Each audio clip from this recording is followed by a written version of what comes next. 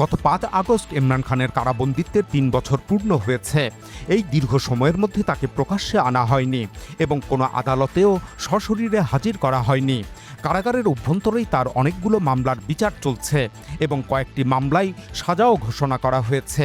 এর মধ্যে একটি মামলায় তাকে সর্বোচ্চ ১৭ বছরের কারাদণ্ড দেওয়া হয়েছে। ইমরান খানের বিরুদ্ধে দায়েরকৃত মোট মামলার সংখ্যা ২০০ ছাড়িয়ে গেছে।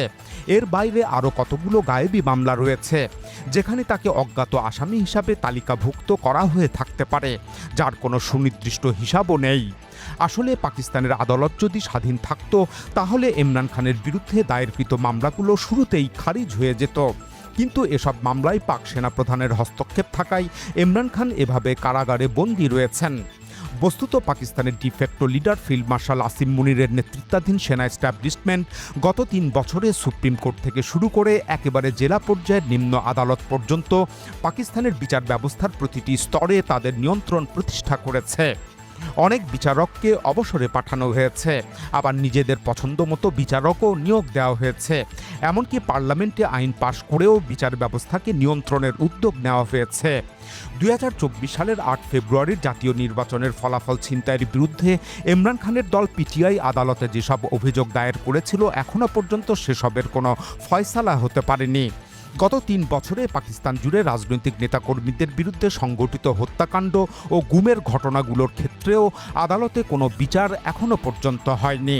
এমনকি পিটিআই দলের বিপুল সংখ্যক জেলবন্দি নেতাকর্মী জামিন লাভের সুযোগ থেকেও বঞ্চিত হয়ে আছেন। এর পাশাপাশি অনেক রাজনৈতিক কর্মীকে সামরিক আদালতে বিচার করে কারাদণ্ডে দণ্ডিত করা হয়েছে। পাকিস্তানের সামরিক আদালত কর্তৃক এভাবে বেসামরিক নাগরিকদের বিচার ও শাস্তি দেওয়ার ঘটনা আন্তর্জাতিক মহলে ব্যাপক প্রতিক্রিয়া সৃষ্টি করেছে। গত ১.৫ বছর ধরে ইমরান খানের পরিবার এবং পিটিআই তাকে হাসপাতালে স্থানান্তরের দাবি জানিয়ে আসছিল। আইনজীবীরা তাকে হাসপাতালে স্থানান্তরের জন্য আদালতে কয়েকবার আবেদন জানালেও তা নাকচ হয়ে যায়। উপরন্তু ২০২৫ সালের ২ ডিসেম্বরের পর থেকে তাকে পরিবারের সাথে সাক্ষাৎ করা থেকেও বঞ্চিত করা হয়। পুত্রদের সঙ্গে টেলিফোনে কথা বলাও বন্ধ করে দেওয়া হয়। ইমরান খানের পরিবার কারাগারে তাকে অমানসিক নির্যাতনের অভিযোগও করেন। উপযুক্ত চিকিৎসার অভাবে তার ডান চোখের দৃষ্টিশক্তিও অনেকটাই হারিয়ে যায়। জাতিসংঘের মানবাধিকার সংস্থা সহ বিভিন্ন আন্তর্জাতিক সংগঠন ইমরান খানের কারাবন্দিত্ব, বিচার প্রক্রিয়া এবং তার স্বাস্থ্য নিয়ে উদ্বেগ প্রকাশ করে। এ নিয়ে প্রবাসী পাকিস্তানিরাও ইউরোপ এবং আমেরিকার বিভিন্ন শহরে প্রতিবাদ সমাবেশ করেন। অবশেষে এসব প্রতিবাদেরই ফল হিসাবে গত ১৮ আগস্ট পাকিস্তানের সুপ্রিম কোর্ট ইমরান খানকে ৪৮ ঘণ্টার মধ্যে হাসপাতালে স্থানান্তরের নির্দেশ দেয়।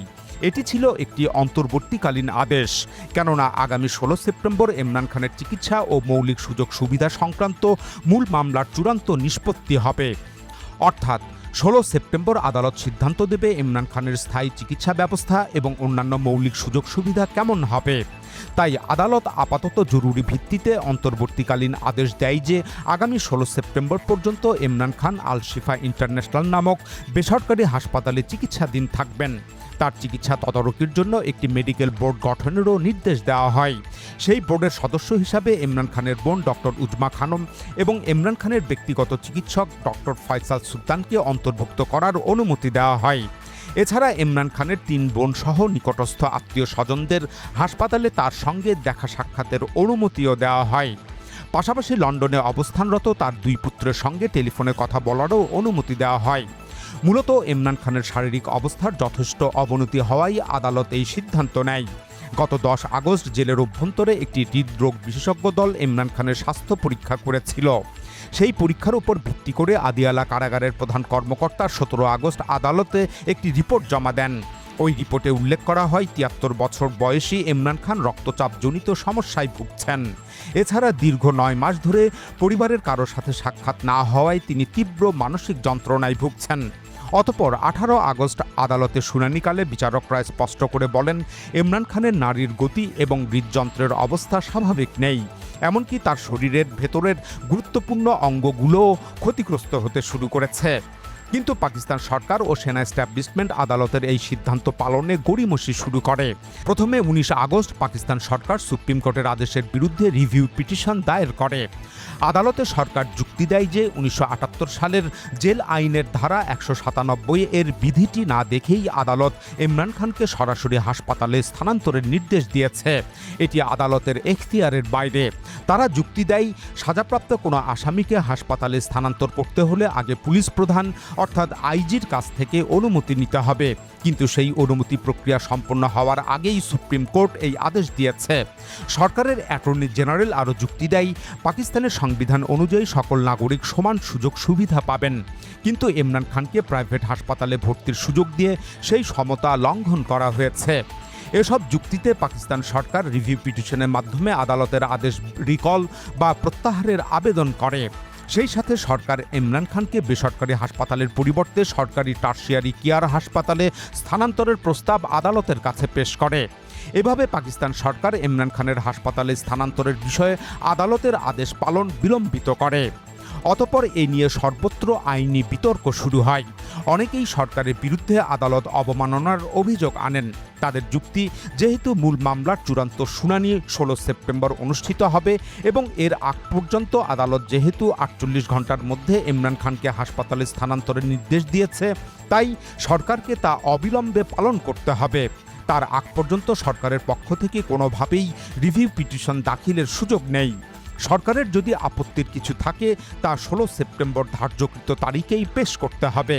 তবে সরকার যদি অন্য কোনো আবেদনের মাধ্যমে আদালত থেকে স্টে অর্ডার কিংবা মডিফিকেশন অর্ডার আনতে পারত, তবে তখন ইমরান খানকে হাসপাতালে 48 ঘন্টার মধ্যে স্থানান্তরের সিদ্ধান্তটি বহাল থাকত না।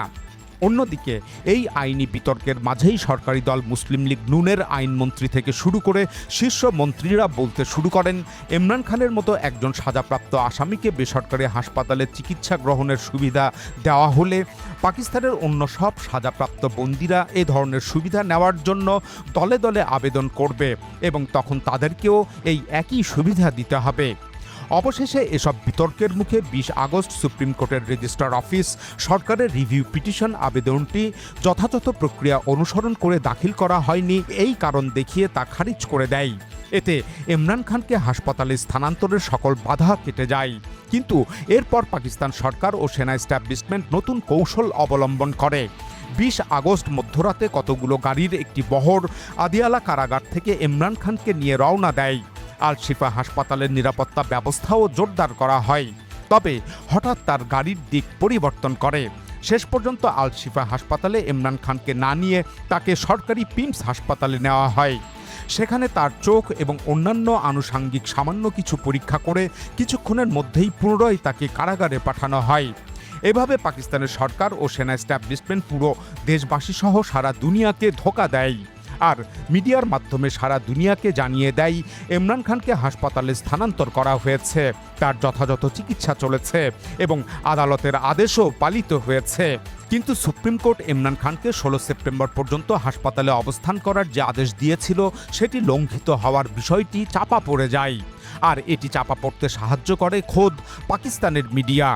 পাকিস্তানের মিডিয়া বরাবরের মতোই ইমরান খান বিরোধী খবর ও বয়ান প্রচার করতে থাকে। আর পাকিস্তানি মিডিয়ার সূত্র ধরেই বিশ্বের বিভিন্ন মিডিয়া ওই একই ধরনের সংবাদ প্রচার করে। বস্তুত বিগত 3 বছর ধরে এভাবেই পাকিস্তান সরকার এবং সেনা এস্টাবলিশমেন্ট আদালতের অনেক আদেশ অমান্য করেছে। আর পাকিস্তানের পালিত মিডিয়া হাউসগুলো সেটির পক্ষে সাফাই হাজির করেছে। এ কাজে পাকিস্তানের সকল শীর্ষস্থানীয় টিভি চ্যানেল ও পত্রপত্রিকাগুলো জড়িত। এমনকি এক্সপ্রেস ট্রিবিউন কিংবা ডন, এই 2 শীর্ষস্থানীয় ইংরেজি পত্রিকাও একই কাজে লিপ্ত। অথচ পাকিস্তানের বাইরের বিপুল সংখ্যক পাঠকরা এবং বিভিন্ন বিদেশি মিডিয়া এই 2 পত্রিকা পড়ে থাকে এবং সূত্র হিসাবে রিপোর্ট করে। যাই হোক, এখানে একটি বিষয় বিশেষভাবে উল্লেখ করা প্রয়োজন। সেটি হলো ইমরান খানের চিকিৎসা সুবিধা পাওয়া একটি স্বাভাবিক, ন্যায্য ও মৌলিক অধিকার। একটি সাংবিধানিক রাষ্ট্রের অধীনেই তিনি এটি পাবেন। এটি আদালত কিংবা অন্য কোনো প্রতিষ্ঠানের বিশেষ দয়া দাক্ষিণ্য আর অনুকম্পার বিষয় নয়। এগুলো মানুষের সাধারণ ও নিত্যদিনের অধিকার, কিন্তু পাকিস্তানের সেনা এস্টাবলিশমেন্ট ও শাসকরা দীর্ঘদিন ধরে মানুষের সাধারণ মৌলিক অধিকারগুলোকে অগ্রাহ্য করে এসবকে বিশেষ দয়ায় প্রাপ্ত সুযোগ সুবিধায় রূপান্তর করেছেন। তাই আজ একজন বন্দির ডাক্তার দেখানোর বিষয়ে আদালতের আদেশদানের ঘটনাকেও দেশে আইনের শাসন আছে বলে প্রচার করা হচ্ছে। অনেকে একে বড় সাংবিধানিক সাফল্য হিসাবে দেখানো শুরু করে। আসলে পাকিস্তানে বছরের পর বছর অধিকার হরণ করাকেই স্বাভাবিক নিয়ম বানিয়ে ফেলা হয়েছে। এ কারণেই হঠাৎ ইমরান খানের হাসপাতালে স্থানান্তরের রায়কে এক যুগান্তকারী বিরল বিপ্লবের মতো মনে হচ্ছে, অথচ এটি মানুষের মৌলিক অধিকার। বস্তুত একটি সাধারণ চিকিৎসার বিষয়ে সর্বোচ্চ আদালতের হস্তক্ষেপ করাটাই বরং পুরো রাষ্ট্রের রাজনৈতিক ব্যবস্থার চরম দেউলিয়াত্বকেই প্রকাশ করে দিয়েছে। অন্যদিকে আবার পাক শাসক গোষ্ঠী সম অধিকারের ইস্যু তুলে সেই আদেশের বিরুদ্ধে চ্যালেঞ্জ জানিয়ে পুরো বিষয়টিকে একটি তামাশায় পরিণত করেছে। আসলে পাক শাসক গোষ্ঠীর আচরণ দেখে মনে হয় পাকিস্তানে নিয়ন্ত্রিত নির্বাচন, নিয়ন্ত্রিত মিডিয়া, রাজনৈতিক ইঞ্জিনিয়ারিং, গণমামলা, গুম খুন, লুণ্ঠন, ভূমিদস্যুতা এবং রাষ্ট্রীয় প্রতিষ্ঠানের ওপর ধ্বংসযজ্ঞ এসব ঠিকই চলতে পারবে, কিন্তু একজন সাবেক প্রধানমন্ত্রীকে বেসরকারি হাসপাতালে পরীক্ষা করানোই যেন দেশের আইন কানুন ও সাংবিধানিক শৃঙ্খলা পুরোপুরি ভেঙে পড়বে।